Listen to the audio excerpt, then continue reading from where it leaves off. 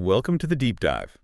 Today, we're tackling a really monumental shift in Western culture, an evolution so pervasive that it touches, well, everything, from the movies you stream to the political debates you hear.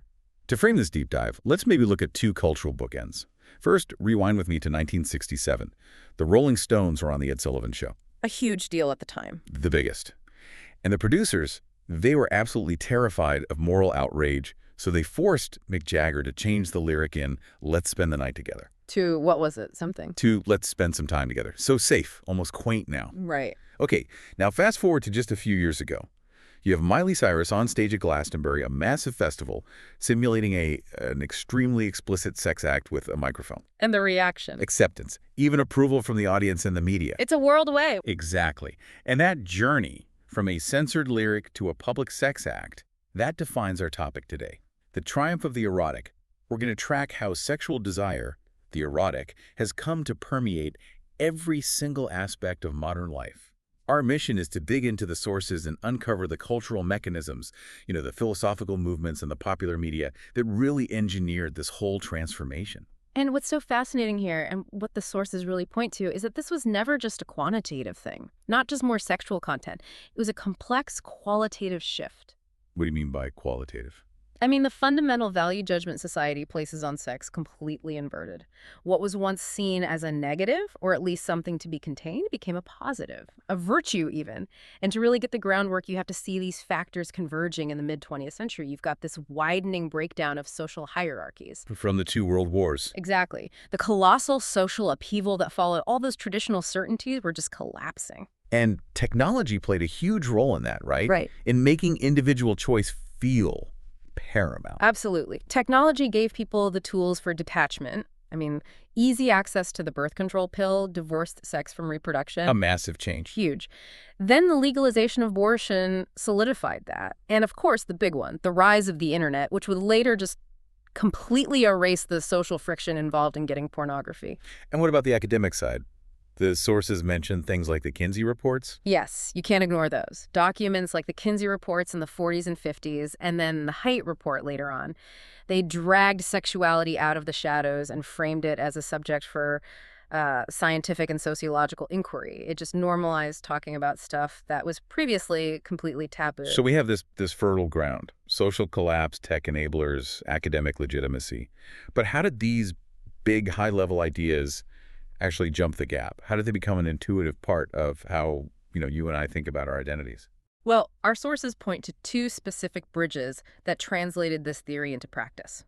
First, the high art movement of surrealism, and second, the mass market popularization of pornography. Let's start with that ideological bridge then.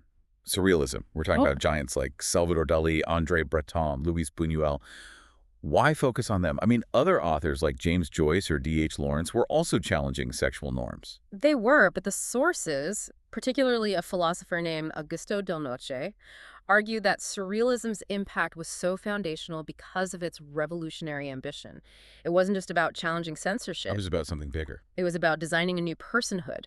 At its conceptual heart, surrealism was a direct artistic application of Sigmund Freud's ideas. Right. They believed the source of truth, the real bedrock of individual identity, as they called it, was the unconscious, and their whole project was to give it concrete artistic expression. Why elevate the unconscious like that? Why not, reason or intellect? Because for Breton and the others, the unconscious was the only truly free place left.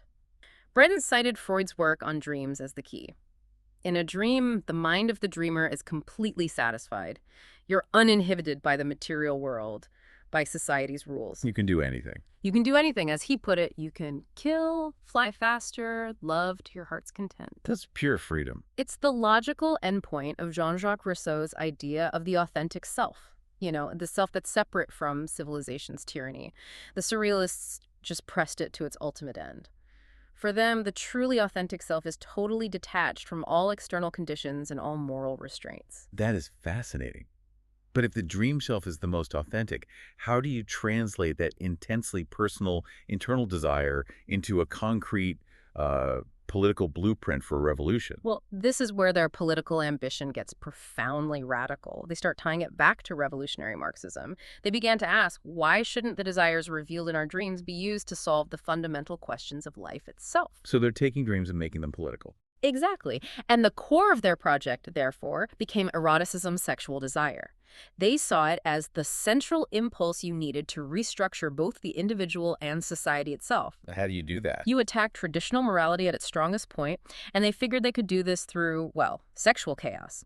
This is why they took the highly provocative step of rehabilitating the Marquis de Sade. De Sade, the one famous for cruelty and chaos. They made him a hero. They rebranded him the Divine Marquis. It was a very conscious philosophical move. Breton lauded Sade as the great sexual surrealist precisely because Sade's behavior was completely free from control. No reason, no aesthetics, and crucially no morals. His chaos became their ideal. So sexual freedom is political revolution. That was the explicit connection. They took two famous watchwords. Marx said, transform the world, and the poet Rimbaud said, change life. The surrealists came along and claimed that eroticism was the one vehicle that could achieve both at the same time. So the implication is, if you can change how people think about their sexual desires, the entire social order built on the old morality just crumbles. Precisely. Del Noce concluded that the decisive battle against traditional, religiously based morality could only be won at the level of sexual revolution. Surrealism, by wrapping this sexual chaos in an intellectual and artistic mantle, served a crucial function.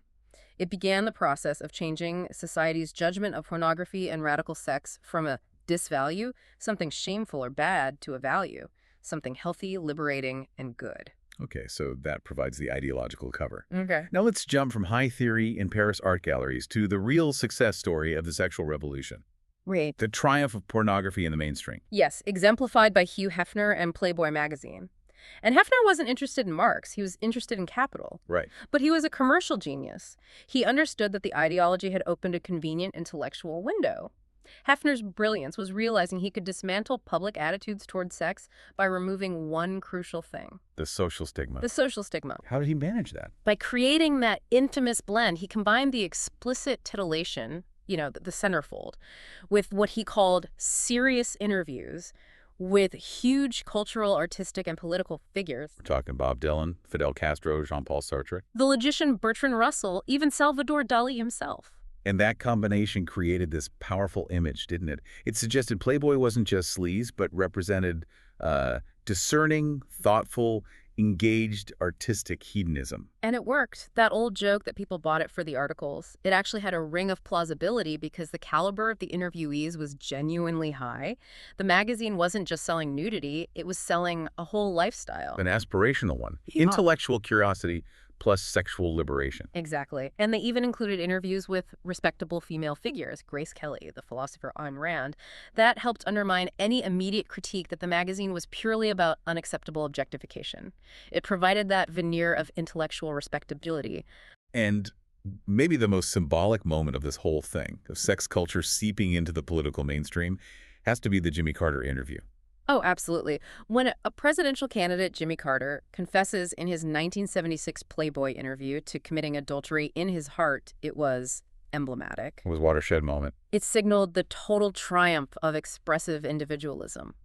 Authenticity in this new age demanded that even your private thoughts had to become part of a public performance.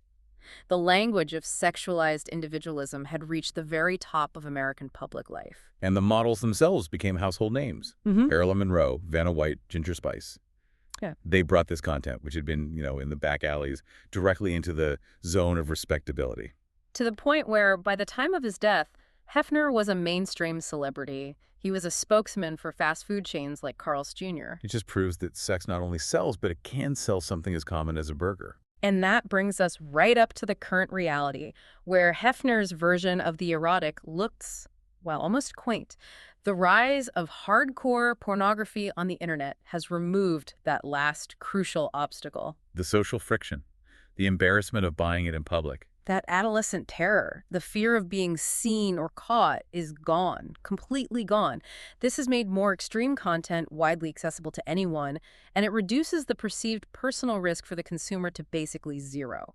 And that's why performers like Jenna Jameson or Stormy Daniels are now recognizable mainstream figures. It's part of the same process. We have to look at how feminism responded to this, because there's a real contrast between the early reactions and the later models. There is. Early anti-pornography feminists like Andrea Dworkin and Catherine McKinnon saw pornography as intrinsically linked to male domination, to violence, to the degradation of women. For them, it was a political act of subjugation. A pretty clear-cut critique. Very. But then a new wave emerged, often influenced by what's called the Therapeutics Society.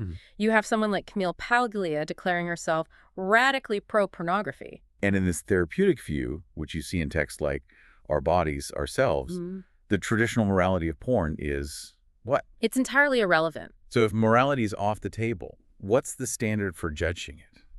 The only measure is psychological utility. Does it work for the individual? Does it enhance their personal well-being or pleasure? Okay. And so the greatest crime of modern pornography, as it's often cited today, isn't that it degrades women through objectification. It's that it creates unrealistic expectations of the female form. Ah, so it fails the therapeutic test. Exactly. It fails the therapeutic test because it might damage a woman's inner sense of well-being by making her feel inadequate. This shift really highlights the core philosophical critique we find in the sources, which is that pornography fundamentally detaches sex from all crucial real-world relational context. That isolation is the key mechanism of its power. The philosopher Roger Scruton identified that the sexual fantasy, which pornography facilitates, fetishizes the sexual act. The partner is no longer a full person. They're a means to the consumer's private end. And the sources break this down into 4 critical detachments. Right. First is the detachment from real bodily encounter. Porn makes sexual pleasure a private, personal matter. The act itself is trivialized because its only significance is as third-party entertainment for a solitary viewer. It's not a shared experience between two people. In other words, the person watching is prioritizing their own internal experience over any actual encounter. Precisely. Second, the detachment from interpersonal narrative. Traditional moral codes always situated sex within a story, a shared past, a future commitment. A relationship. A relationship. Pornography focuses exclusively on the pleasure of the present moment. It promotes the image of the sempiternal orgiast, this fantasy of perpetual, effortless sexual availability with basically zero emotional investment. And the third? The detachment from future consequences. Now, contraception and abortion already detach sex from the consequence of having children, but porn is even more radical.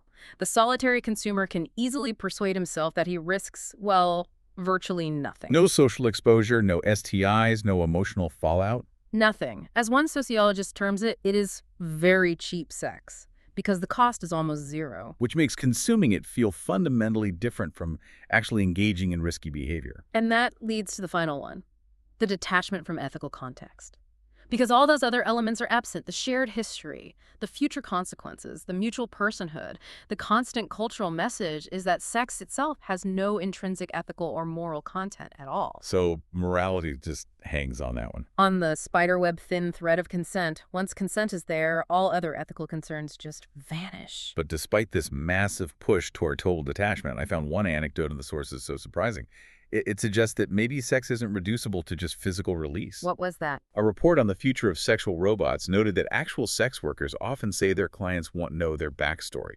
They want to get under your skin, which suggests that even in the most transactional encounters, that human desire for a relational narrative element is still there. The story still matters. That anecdote confirms that sex is intrinsically relational, but it also shows how hard the culture has tried to defeat that reality. Today, the erotic triumph is total. It's everywhere in pop culture. Sex has become the default idiom for expressive individualism. For self-definition. For self-definition. Look at a pop star like Ariana Grande. Her highly explicit lyrics are marketed directly to teens. And her work really offers a pithy summary of this age.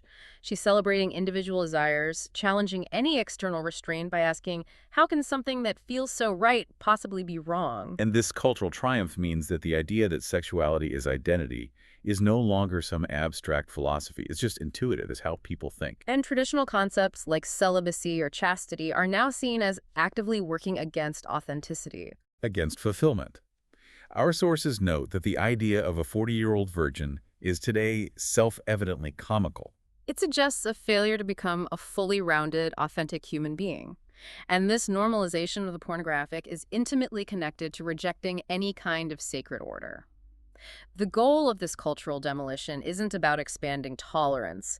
It's about framing modest or traditional people as repressed, incomplete, and less fulfilled. It's the construction of an anti-culture. An anti-culture designed specifically to replace the norms that came before it. So whether the revolution was driven by the high-minded political aims of the Surrealists or the commercial pragmatism of Hugh Hefner, the end result is the same. Individual sexual gratification has been enshrined as a gold standard of personal happiness. Divorcing sex from any greater relational or communal significance. And here lies the ultimate irony, which provides the final provocative thought raised by the author Mario Vargas Llosa. A fascinating point. He says that while we celebrate sexual liberation, this crude vulgarity and the total disappearance of taboos might, paradoxically, lead to the disappearance of eroticism. As so.